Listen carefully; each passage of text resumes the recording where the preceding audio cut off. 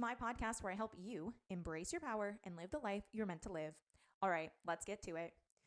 Today, we're talking Mean Girls, specifically fueled by all of these conspiracy theories and drama going on with Hailey Bieber and Selena Gomez. For those who don't know, and I have to make it so clear, none of this is intended to be slander or accusations or anything like that. It's literally just me sharing what I've seen online.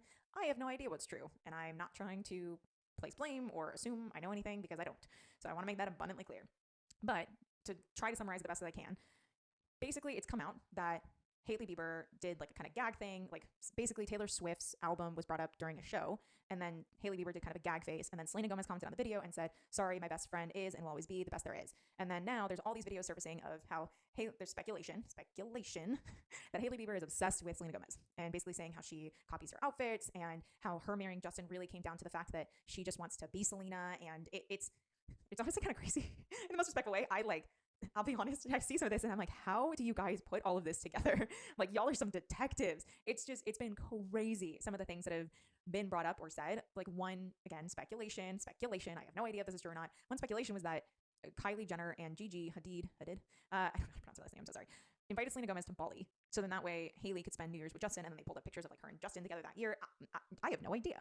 All I know is, if any of this is true, again, I have no idea if it is or not. I feel like I keep saying that for like probably legal purposes. I have no idea. I'm not trying to slander anyone. It's literally just me watching TikToks, which is wild what you can learn on TikTok.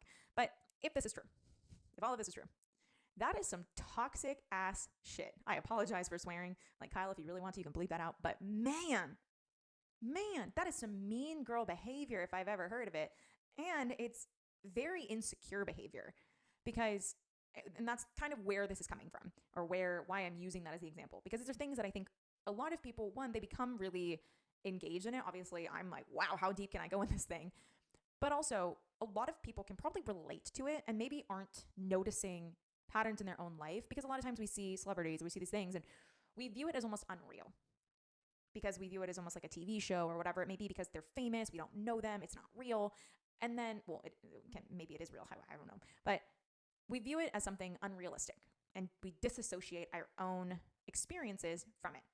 When in reality, behaviors like this are very real. And what sucks is mean girl behavior. It's like, for anyone who doesn't know, because, I mean, obviously, like, we have the movie Mean Girls and all that stuff too, but mean girl behavior refers to the behavior of girls and women, I was saying mean girl, who engage in negative and hurtful actions towards each other or towards others, often as a way of asserting power and control.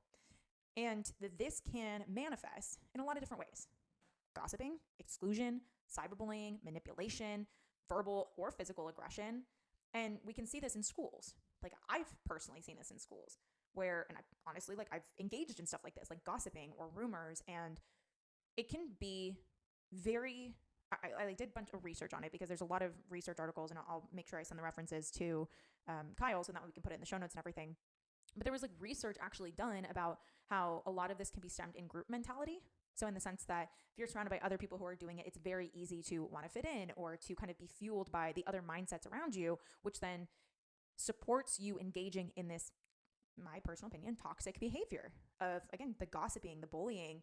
And the hard truth is, one, yes, this is extremely harmful in adolescence, and it can really impact people's self-esteem. It can impact their self-development, their ability to socialize. Like, there's a lot of research supporting all of that. But the worst part is, it doesn't necessarily go away as you get older. I know that, again, this is purely speculation off stuff I've seen on social media, where they're pulling up emails and things from people who are like Kim Kardashian when she was like 27, like mean girl emailing people, like saying these really awful things to people. And respectfully, like, you are an adult. Like, 27, you are an adult. So we, again, disassociate from these adults engaging in this behavior. And this can happen in the workplace. This can look like bullying or sabotaging a colleague's career. And the worst part is, oftentimes women engage in this behavior as a way to compete for promotions or assert power or control or maintain a sense of social hierarchy. And a lot of this stems from how we've been trained growing up. Like, women in general have actually been trained to believe that other women are competition. They are people you are up against. Like, if another woman is doing better than you, then that's not okay, and we need to bring them down. All of these things. And the narrative is definitely changing. It's in the process of changing, and I'm hoping by highlighting things like this, it is, in a way, kind of progressing. But there's still a lot of work that needs to be done. Like, the irony of this whole situation is that Selena and Hailey took a photo together, back in November of 2022? What are we in, 2023? Yeah, back in 2022. That photo means nothing as of right now. And yet, again, like, there was this photo that was highlighting all these things and made it seem like it's okay. And now all of a sudden there's all of this drama, which obviously we don't know what's actually happening or what actually happened or anything like that.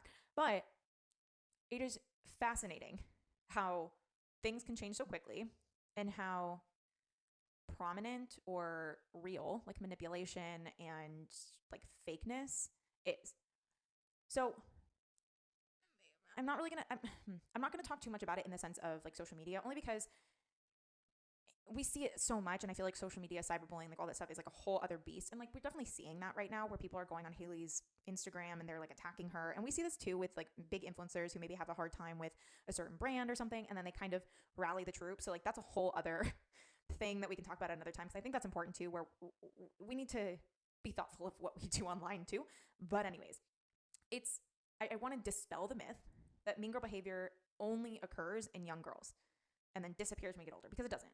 Because it can occur at any age, and it can actually be more prevalent among young adults, or even adults in general, especially when they're competing for resources in the workplace or even in a social atmosphere.